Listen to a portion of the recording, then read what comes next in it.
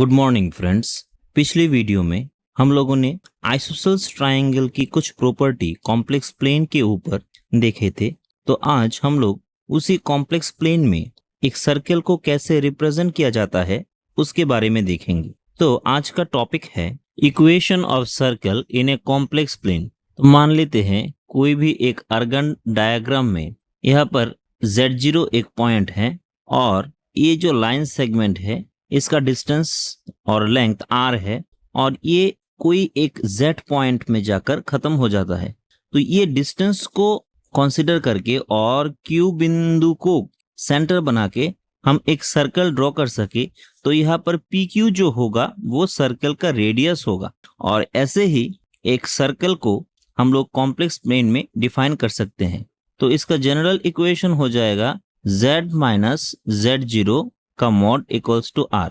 क्योंकि आप लोग देख सकते हैं कि सर्कल के इस रेडियस का जो लेंथ है वो r है और सर्कल का रेडियस हर एक तरफ हम लोग जानते हैं कि लेंथ इक्वली होता है, मतलब r होगा। तो अब अगर हम बोथ साइड स्क्वायर कर दे तो यहाँ से लिख सकते हैं z माइनस Z0 इसका whole square equals to r square. तो हम लोग एक कॉम्प्लेक्स नंबर के एक प्रॉपर्टी जानते हैं कॉन्जुगेट का कि z into Z bar equals to modulus of z का स्क्वायर लिख सकते हैं। तो इसको हम लोग z minus Z0 into Z minus Z0 का conjugate equals to r square लिख सकते हैं। अब मल्टीप्लाई कर दे तो आ जाएगा z बार z Z0 का बार माइनस Z0 z का बार प्लस Z0 और Z0 का बार इक्वल्स टू r स्क्वायर। अब यहाँ से लिख सकते हैं z बार माइनस Z0 z बार माइनस Z0 बार z और plus Z0 bar minus r square. अब माइनस Z0 को हम लोग a ले लेते हैं और Z0 बार माइनस r स्क्वायर को हम लोग b कंसीडर कर लेते हैं। तो इस जनरल इक्वेशन को हम लोग लिख सकते हैं Z0 bar a plus a z बार, यहाँ पर माइनस Z0 बार है, माइनस Z0 को हम लिया था a, तो माइनस Z0 का बार जो हो जाएगा वो a बार के इक्वल हो जाएगा। तो इसे लिख सकते हैं a बार z और ये पूरा टर्म को ले लिया था b, तो ये b हो जाएगा। यही हो जाएगा general equation of circle in a complex plane, जहां पर a b कॉम्प्लेक्स नंबर के सीरीज से दो नंबर हम लोगों ने लिया है। तो अब इसको लिख सकते हैं Z0 बार जो माइनस r स्क्वायर, इसको हम लोगों ने b लिया था। तो यहाँ से लिख सकते हैं r square equals to Z0 bar minus b। अब माइनस Z0 को लिया था a, तो Z0 हो जाएगा माइनस a, मतलब r स्क्वायर को यहाँ से लिख सकते हैं माइनस a और माइनस a इसका बार माइनस b, तो माइनस माइनस प्लस हो जाएगा और यहाँ से रह जाएगा a into A bar minus b। तो अब a इंटू ए बार को हम लोग लिख सकते हैं इस मॉड्यूलस a का स्क्वायर, क्योंकि a एंड b हम लोगों ने कॉम्प्लेक्स नंबर के सीरीज से लिया था, इक्वल्स टू r स्क्वायर। तो यहाँ से r हो जाएगा root over of modulus of a minus b। तो r का वैल्यू आया r equals to root over of modulus of a minus b। अब इफ मॉड्यूलस ऑफ a का जो वैल्यू है modulus of a square, if modulus of a square greater than b हो जाए तो यहाँ से हम लोग लिख सकते हैं modulus of a square minus b greater than 0। In this case r 0 से बड़ा आएगा। तो अगर r 0 से बड़ा है तो r का कोई एक वैल्यू रहेगा 1 2 3 4 5 कोई एक वैल्यू रहेगा। तो इन दिस केस ये जो सर्कल है वो अर्गन प्लेन में एग्जिस्ट करेगा, मतलब ये जो सर्कल है ये एक रियल सर्कल होगा। अब if modulus of a square ये b के बराबर हो जाए तो यहाँ से r का जो वैल्यू हो जाएगा वो modulus of a square minus b, ये तो इक्वल हो गया, तो ये 0 के बराबर हो जाएगा। इन दिस केस रेडियस का कोई एग्जिस्टेंस ही नहीं रहेगा, मतलब अगर रेडियस ना हो तो ये सर्कल, देखिए यहाँ पर इस सेंटर से ये सर्कल का रेडियस जितना है, ये सेंटर से इस रेडियस का, इस सर्कल का रेडियस और भी बड़ा है। तो ऐसे रेडियस अगर घट जाए तो सर्कल छोटा होते होते होते होते एक पॉइंट में आकर समा जाएगा, मतलब in that case it is point circle हो जाएगा। और if modulus of A square वो b से छोटा आ जाए तो इन दिस केस सपोज के कोई एक नंबर हम लोग ले लेते हैं, तो इन दैट केस r का वैल्यू इमेजिनरी हो जाएगा। और हम लोग जानते हैं कि डिस्टेंस हमेशा पॉजिटिव में आता है और लेंथ, डिस्टेंस का जो लेंथ होता है वो मॉड्यूलस में हम लोग डिनोट करते हैं। तो अगर r इमेजिनरी हो जाए तो ये सर्कल भी इमेजिनरी हो जाएगा, मतलब इसका कोई एग्जिस्टेंस ही नहीं रहेगा। तो ऐसे हम लोग सर्कल को आर्गन प्लेन में रिप्रेजेंट कर सकते हैं।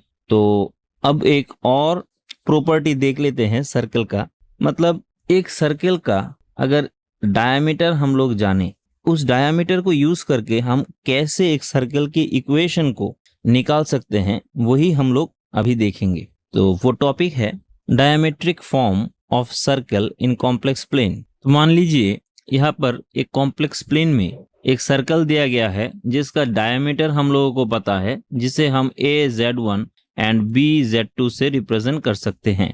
तो उसका जो सर्कल का इक्वेशन होगा उसे हम कैसे निकाल सकते हैं? तो हम लोग जानते हैं कोई भी एक सर्कल पर जो डायमीटर होता है वो सर्कल के बाउंड्री रीजन के साथ ऑलवेज 90 डिग्री एंगल करता है। तो इस सर्कल में भी ये जो डायमीटर है वो बाउंड्री रीजन के साथ 90 डिग्री एंगल किया, मतलब ये 90 डिग्री एंगल होगा।